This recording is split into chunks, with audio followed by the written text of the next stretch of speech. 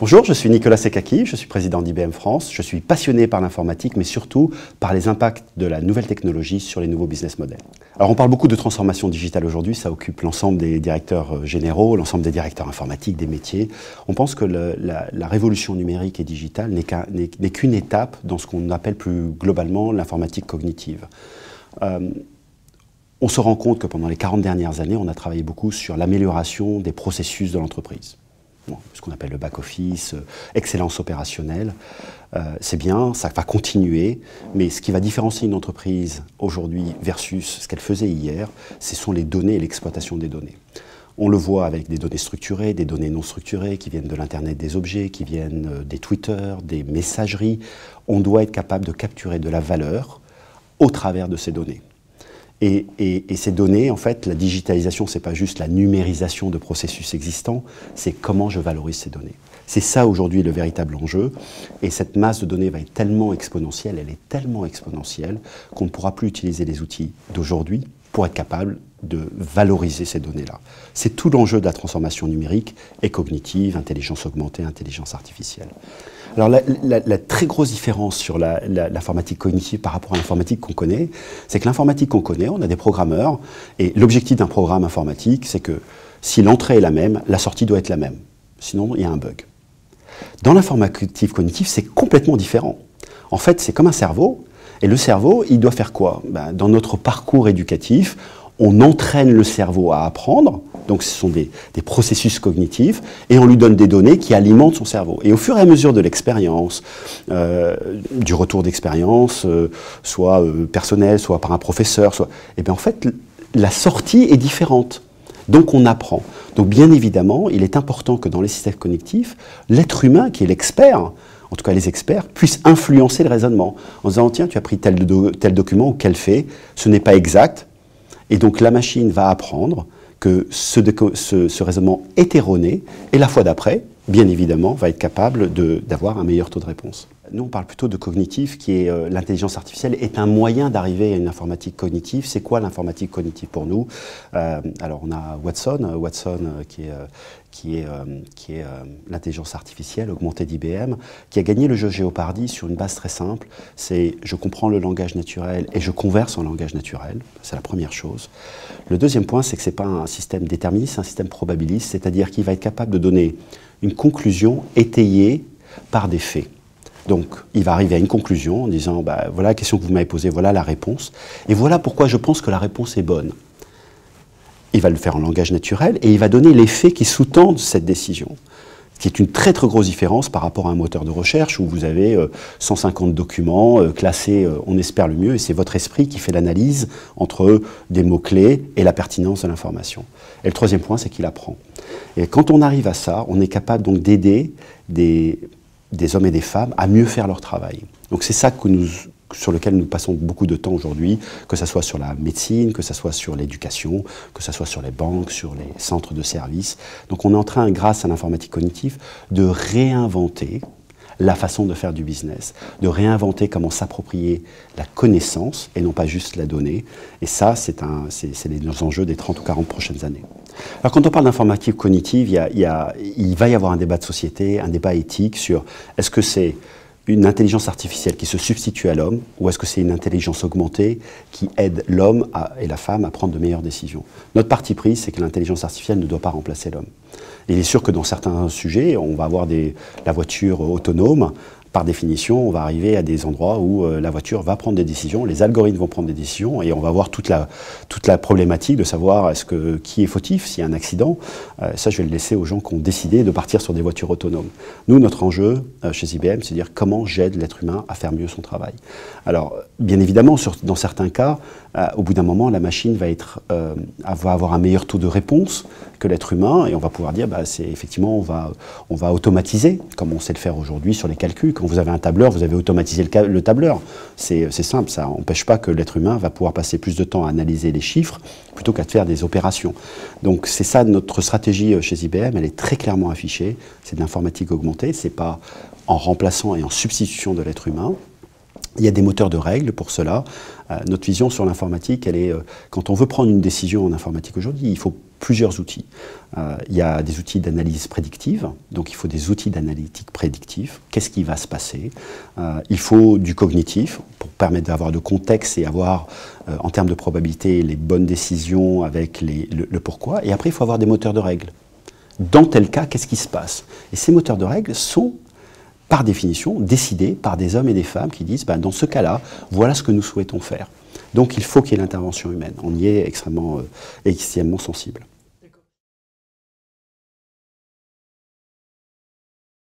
Quand on a un système cognitif, l'objectif c'est évidemment d'avoir un cerveau qui est bien constitué. Watson, c'est aujourd'hui 32 modules cognitifs, donc je suis capable de voir, je suis capable de converser, je suis capable de détecter un objet sur une image.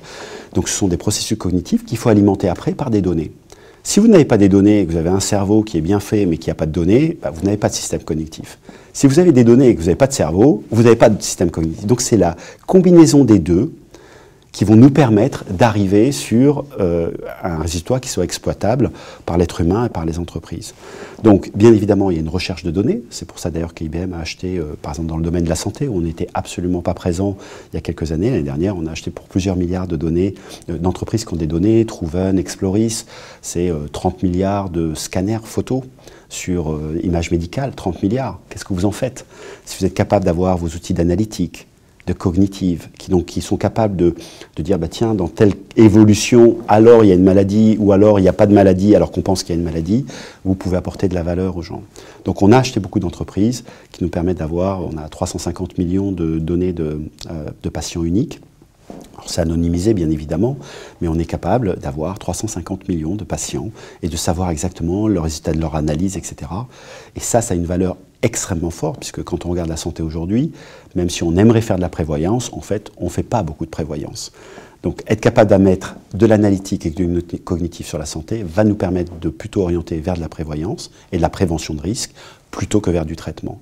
C'est ça tout l'enjeu. Donc, c'est des données qui ont du sens. La grosse problématique, c'est que l'informatique était capable d'avoir des données structurées. Structuré, c'est quoi? C'est selon une certaine taille, par exemple. Et maintenant, on est sur des données non structurées. Une image, c'est une donnée non structurée. Analyser une image requiert un moteur cognitif très important. Alors, la donnée est essentielle aujourd'hui, justement, dans ce cognitif, dans cette ère où la donnée a presque... C'est une nouvelle valeur, une nouvelle ressource naturelle. Donc, il est important de la protéger. Et il est clair qu'il est important de la protéger. Il est important aussi que la garantie à la vie privée soit respectée par les gouvernements, soit respectée par les entreprises. En tout cas, IBM est extrêmement public et vocal sur le fait que la donnée doit être protégée et on prend toutes les mesures nécessaires pour protéger la donnée des regards indiscrets, qu'ils soient commerciaux ou qu'ils soient d'autres natures. Mais je pense que le débat, il va aller...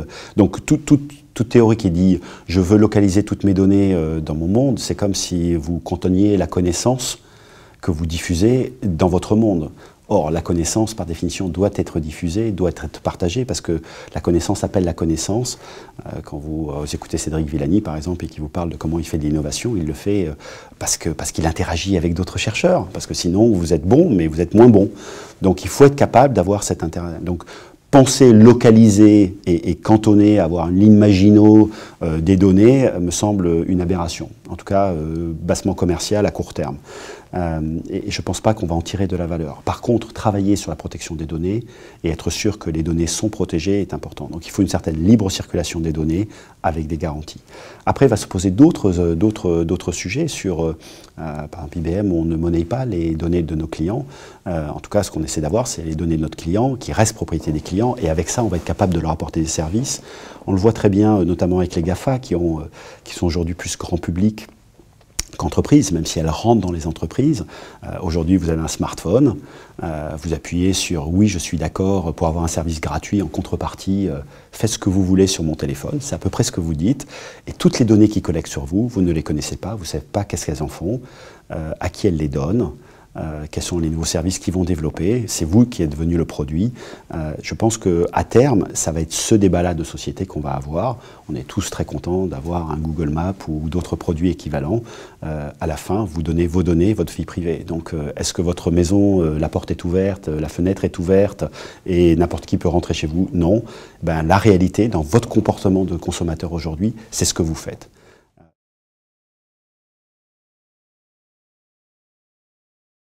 Watson, en termes d'informatique cognitive, son champ d'application est extrêmement vaste. Alors, on l'applique pour nos clients. On est en train de travailler sur des sujets, je parlais de la santé, de l'éducation, recréer la banque, les centres de services. On l'applique aussi chez nous. On a plusieurs projets. On a des projets sur, par exemple, ce qu'on appelle Merge and Acquisition. On achète énormément d'entreprises, plusieurs milliards par an. Comment est-ce qu'on sélectionne les entreprises, selon quels critères? Ce sont des travaux qui prennent beaucoup de temps. Donc, on utilise Watson pour nous aider à sélectionner, selon certains critères, les entreprises que nous recherchons. Et il y a des démonstrations d'ailleurs sur YouTube sur ces sujets-là qui sont extrêmement importantes, et on travaille avec d'autres cabinets qui le font, qui sont en train d'adopter Watson pour le même sujet, pour les mêmes enjeux. On travaille aussi Watson sur la maintenance de nos matériels. Il faut du cognitif, il faut aider les techniciens à faire leur travail, il faut être capable de faire de la prévention. Et puis, comme on le faisait chez nous, on a aussi signé un accord avec Cisco récemment pour qu'ils puissent le faire également. Donc vous voyez qu'on est dans un phénomène de co-création. On l'utilise pour nous, on le développe pour nos clients et on l'utilise pour nous. Voilà, c'est vraiment de l'innovation à l'état pur. Le champ d'application de Watson est assez infini. Il faut rester aussi avec une ambition mesurée et pragmatique, mais le champ des possibles est extrêmement vaste. Alors sur les call centers, je pense que c'est extrêmement important parce que je pense qu'on travaille beaucoup avec Watson sur les call centers. Parce qu'on peut se dire, tiens, les call centers, finalement, la machine pourrait remplacer l'être humain. Je pense que c'est l'inverse qui va se passer. Je pense que si on reprend qu'est-ce qu'un call center, on va pouvoir réinternaliser des métiers qu'on a finalement envoyés dans les pays émergents, qui parlent français. Mais qu'est-ce qui se passe sur un call center? Quelle est votre expérience avec un call center?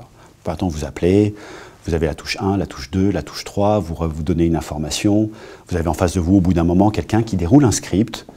Donc c'est très scripté, votre relation, elle n'est pas forcément, vous avez besoin de quelqu'un d'empathique qui comprenne le problème. Et puis la probabilité que vous soyez transféré sur un autre département est extrêmement forte et vous allez refaire la même chose. Leur mesure du succès et à quelle vitesse ils sont passés d'un client à un autre. Et votre mesure du succès, c'est à quelle vitesse ils ont réglé votre problème ou votre opportunité. Si on est capable de mettre Watson, et on le fait aujourd'hui, on met Watson par exemple en double appel, on écoute les conversations. Donc Watson apprend en écoutant, comme un enfant. Vous écoutez ce qui se passe, la relation. Vous êtes capable d'apporter, de changer, et je sais que certaines banques ont commencé à le faire, en disant « Mon objectif, c'est de rester autant de temps qu'il faut avec un client pour qu'à la fin du call avec le client, le problème soit réglé. » C'est une autre façon de faire satisfaction client. Et à ce moment-là, il faut que la personne que vous avez en face de vous ait l'empathie nécessaire, mais aussi soit alimentée sur des sujets qu'il ne connaît pas forcément.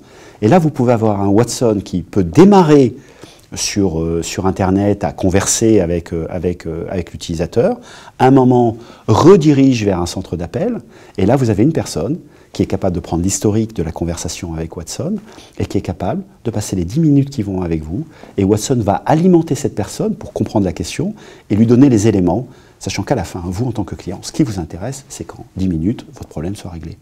Si on fait ça, toute la partie scriptée qui est partie à l'étranger parce qu'elle coûtait cher et qu'elle avait peu de valeur ajoutée, elle va être, entre guillemets, dans un logiciel. Vous pouvez la réamener. Et ce qui est intéressant, c'est que la relation client, l'empathie, la capacité de questionner, elle va pouvoir la rapatrier parce qu'elle est à valeur ajoutée. Et donc vous aurez le meilleur des deux mondes. Donc c'est ça qu'il faut faire très attention. Je pense que si on survole les sujets, on va les renier alors que c'est un véritable enjeu. Donc je travaille aujourd'hui avec quelques régions, je vais essayer dans quelques régions de France de voir comment Watson peut les aider à relocaliser des jobs en France. Est-ce qu'on va avoir des centres de recherche en France? On n'en a pas encore, on contribue. On a 700 chercheurs en France, chez IBM France, donc on a 101 PhD. Donc on contribue de manière indirecte à Watson, mais on est beaucoup sur la donnée et sur le développement de logiciels. Il y a le crédit impôt recherche qui est aussi quelque chose qui est extrêmement important et différenciant. aujourd'hui. Donc nos ingénieurs sont bien et avec un bon rapport qualité-prix, il faut le dire. Le crédit impôt recherche nous motive à développer en France. Après, il faut être capable de garder cette valeur en France, ou en tout cas de l'exploiter et d'irradier. Donc voilà, il y a des modèles à développer, mais il y a aujourd'hui un tissu en France qui est assez favorable au développement de ces technologies.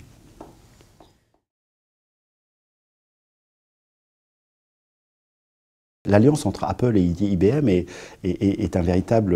une véritable symbiose, puisque Apple a cette expérience utilisateur qui est magique, mais ils ne connaissent pas le monde de l'entreprise. Comment on remplace un PC, un Mac, comment on le maintient, comment on le déploie, comment on a des applications qui répondent à des enjeux métiers et non pas à des enjeux d'un consommateur qui, au passage, dans une application, on la prend, on la jette. Dans une entreprise, c'est bien de prendre et jeter, il faut être agile, mais on est là pour durer et on est là aussi pour servir des clients et aussi être capable de croître et de se développer. Donc, cette alliance, et IBM connaît le monde de l'entreprise, c'est pour ça que Apple travaille avec IBM et qu'on développe des applications pour le monde de l'entreprise en travaillant avec Apple sur l'expérience qu'ils ont. Donc c'est cet apport des deux mondes, c'est cette hybridation des modèles qui est aujourd'hui extrêmement importante. Donc au-delà du cognitif, qui est un sujet différenciant aujourd'hui et qui est énorme et qui est un véritable enjeu, comme je l'ai développé, mais c'est notre enjeu en tant qu'IBM, c'est d'aider nos clients à être capables de rentrer dans cette ère cognitive et cette ère de digitalisation. Et ce n'est pas juste en développant une application ou en introduisant un mobile dans l'entreprise. La plupart ont commencé en disant « je suis digital, j'ai une application ». On n'a pas transformé l'expérience utilisateur. C'est là notre enjeu. Donc on va travailler, et nous travaillons notamment en France, sur comment j'accompagne les entreprises dans leur parcours de transformation digitale et cognitive. Alors ce qui est intéressant, c'est que ce parcours-là qui s'applique à nos clients, s'applique aussi à IBM. Donc, bien sûr, on veut être dans le cognitif, bien sûr, on veut être dans le cloud, mais comment est-ce qu'on devient digitaux?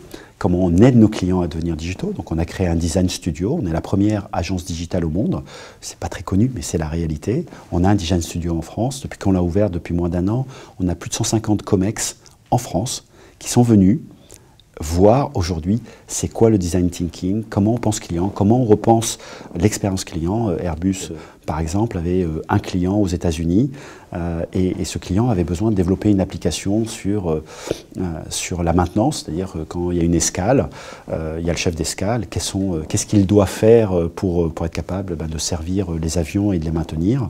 Et ils avaient besoin d'un logiciel en peu de temps et les cycles de développement d'Airbus n'étaient pas ceux que le client attendait. Donc nous avons travaillé en design thinking, on s'est mis dans la peau du client, on a aidé Airbus à le faire, et puis ce design thinking derrière nous a permis de développer une application en très peu de temps. En 10 jours, on avait déjà la maquette, en 20 jours, on avait une maquette qui était approuvée par le client. Donc nous avons, d'un côté, et Airbus est public, aider Airbus à s'améliorer sur ce sujet, mais en même temps, c'est créer des capacités. Et ces capacités, on peut les mettre à disposition d'autres clients. On est en train de travailler avec d'autres clients pour ces digital studios qui puissent les mettre en œuvre chez eux. Donc, vous pouvez le faire pour eux, vous pouvez le faire avec eux, vous pouvez le faire avec eux pour transférer ce capital intellectuel chez eux pour qu'ils deviennent également, eux, capables de repenser leur processus. On travaille avec un grand telco aujourd'hui qui a voulu repenser ses parcours clients. Il ne savait pas le faire et on l'a fait avec nous et maintenant on les aide à le mettre en œuvre. Donc cette capacité de faire du design thinking, derrière il faut être capable de développer de l'informatique. Et là, l'atout que nous avons, parce qu'on ne peut pas avoir une informatique à deux vitesses, on ne peut pas dire que les milliards d'euros qui ont été investis dans l'informatique sont à mettre à la poubelle et on va tout remplacer par une nouvelle informatique qui est meilleure. Il n'y a pas d'informatique à deux vitesses. Il peut y avoir un schisme dans l'entreprise, mais imaginez dans une voiture où le passager avant ne va pas à la même vitesse que le passager arrière. À un moment donné, la voiture casse. Donc cette utopie de croire qu'on a une informatique à deux vitesses, non, on a une informatique qui se développe à cycle court, une informatique qui se développe à cycle lent.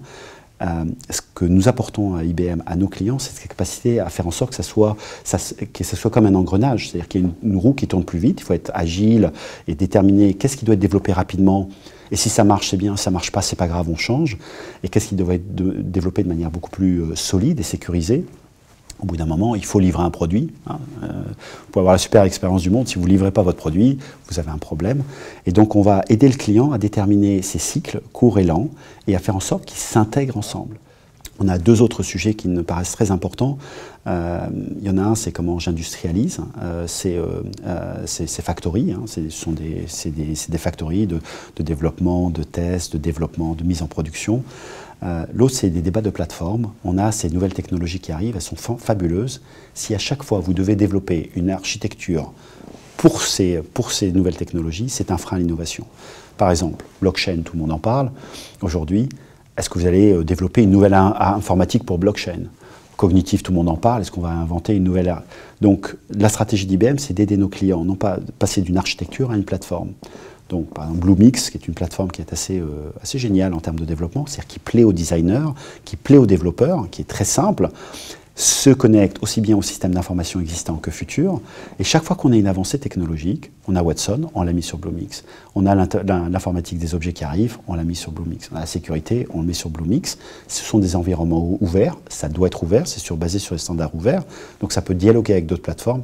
Mais comment on aide nos clients à baisser le coût de l'innovation de manière à pouvoir l'absorber. Le quatrième pavé, qui est valable pour IBM et qui est valable pour nos clients, ce sont les compétences. Parce que si on n'aide pas nos clients à se transformer, notamment l'informatique, qui dit ah bah tiens, c'est un monde à part, vous vous excluez, mais vous créez une dissension dans l'entreprise. Et donc nous faisons le même parcours, c'est comment on a des académies, comment on intègre les startups dans le développement, comment on intègre des startups dans le processus d'innovation, de benchmark, comment on fait en sorte que quelqu'un qui développe du COBOL continue à développer du COBOL, mais en pensant system of engagement. Et au bout d'un moment, on va avoir un continuum là-dessus. Et ça intéresse particulièrement les entreprises, qui est de dire comment j'intègre des nouveaux talents qui apprennent ce qui existe et qui créent des ponts, et comment mes ressources existantes, je suis capable de les faire évoluer. Et ça, c'est notre positionnement. Il n'y a aucun GAFA qui est sur ce sujet-là, et c'est la préoccupation numéro un de nos clients. Quel est le rôle du DSI dans ce mouvement je dirais, de boom, et comme toute période de rupture, et nous sommes dans une période de rupture, la plupart du temps, ça se passe par rajout.